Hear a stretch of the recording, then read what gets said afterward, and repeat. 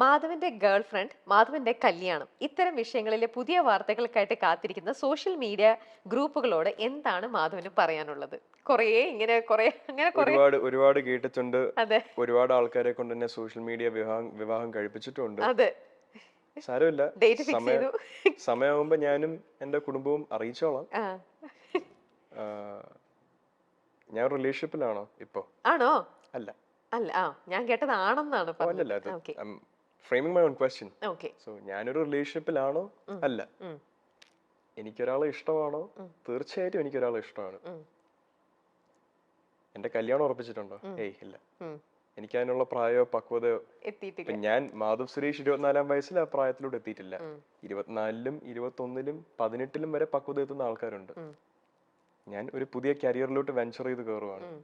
അതിന് അതിൻ്റെതായ സ്ട്രഗിൾസ് ഉണ്ട്.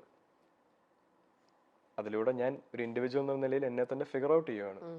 സ്റ്റെബിലിറ്റിയും സമാധാനവും ലൈഫിലോട്ട് വരുന്ന സമയത്ത് ഒരു പാർട്ട്ണറിനെ ഏറ്റെടുക്കാനുള്ള പക്വത എനിക്ക് വന്നാൽ ആ സമയത്ത് ഞാൻ ആലോചിക്കേണ്ട ഒരു കാര്യമാണ്. റിലേഷൻഷിപ്പ് ആയാലും മാരേജ് ആണെങ്കിലും kids everything that follows, it's for that point.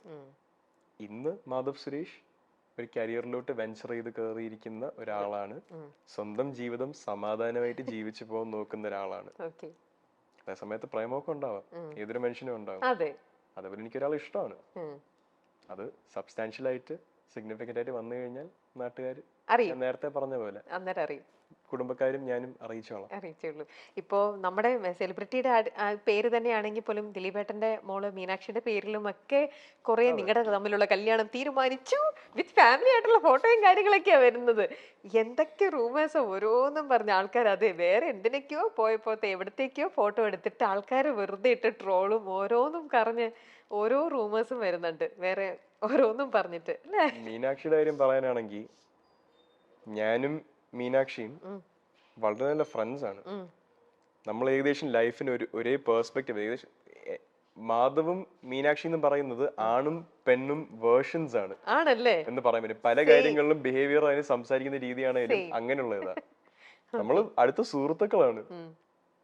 Are we best friends? No. Are we friends? Close friends? Yes, we are. അതിന്റെ മുകളിലോട്ട് ഒരു ചെറിയ ഞാനും ദിലീപ് അങ്കിൾ ഒരു ഫോട്ടോ ഇട്ടാലോ, ഇനി മീനാക്ഷി എന്റെ ചേച്ചിയുടെ കല്യാണത്തിന് വന്നാലോ, നമ്മൾ ഇതിൽ ഇവന്റിൽ വെച്ച് കണ്ടൊരു ഫോട്ടോ ഇട്ടാലോ നേരെ കല്യാണാലോചനയോട്ട് പോകുന്നത് അഗൈൻ ഞാൻ പറഞ്ഞ പോലെ goes back down to ratings, ആൾക്കാരുടെ ക്ലിക്സ്.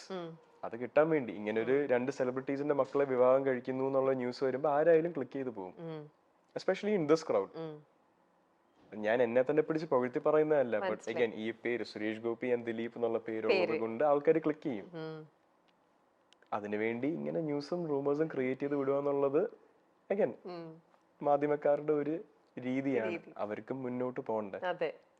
പക്ഷെ അതിനുവേണ്ടി മറ്റൊരാളുടെ പേഴ്സണൽ ലൈഫിനെ പറ്റിയുള്ള കള്ളങ്ങൾ വിളമ്പൽ ഒരു വേണ്ട, അതിന്റെ ആവശ്യമില്ല. പോസിറ്റീവായിട്ട് തന്നെ അവർക്ക് മുന്നോട്ട് പോയിക്കൂടെ? പോസിറ്റീവായിട്ട് സത്യം പറഞ്ഞു സത്യസന്ധതയാണ് തെളിയിക്കേണ്ടത്, അല്ലാതെ വെറുതെ ഓരോ കാര്യങ്ങളും പറഞ്ഞുകൊണ്ട് പോയിട്ട് കാര്യമില്ല. നമ്മുടെ മീഡിയ, അത് പ്രിന്റ് ആണെങ്കിലും വിഷ്വൽ മീഡിയ ആണെങ്കിലും സത്യമായിട്ട് തന്നെ റിവീൽ ചെയ്യാനുള്ള ഒരു ഗട്ട്സ് ഉള്ള മീഡിയ ആണ് ശരിക്കും വേണ്ടത്, അല്ലേ? ഇങ്ങനെ ഒരു ഫേക്ക് മീഡിയയും അവർക്ക് ഇങ്ങനെ കുറെ ട്രോളാനും അല്ലെങ്കിൽ അവർക്ക് കുറച്ച് ഇങ്ങനത്തെ കുറെ കൊമന്റ്സും ഇങ്ങനത്തെ അങ്ങനെയുള്ളതല്ലോ ജെനുവിൻ ആവുക, അല്ലേ? മനുഷ്യന്റെ ഒരു പേർപ്പസ് തന്നെ ജെനുവിൻ ആവുക എന്നുള്ളതാണ്. 90% മനുഷ്യരും ജെനുവിൻ അല്ല. It's a fact. ഞാൻ 100% genuine ആണോ? I don't think so. I try my best. Am I 100% genuine with every single thing I do in my life? No, sometimes I have to make an ingenuine decision to protect myself. സ്വാഭാവികമാണ്. പക്ഷെ നമ്മുടെ ലൈഫിന്റെ core തന്നെ ഇൻജെന്യൂനിറ്റി ആക്കരുത്. Especially മറ്റാൾക്കാരുടെ ജീവിതത്തിനെ പറ്റി സംസാരിച്ച് അല്ലെങ്കിൽ മാസ് മീഡിയയിലോട്ട് ആക്സസ് ഉള്ള ആൾക്കാരാണെങ്കിൽ don't go spreading rumors, don't go spreading lies. സത്യം പറയാ, അതാണ് മീഡിയയുടെ ഉത്തരവാദിത്വം.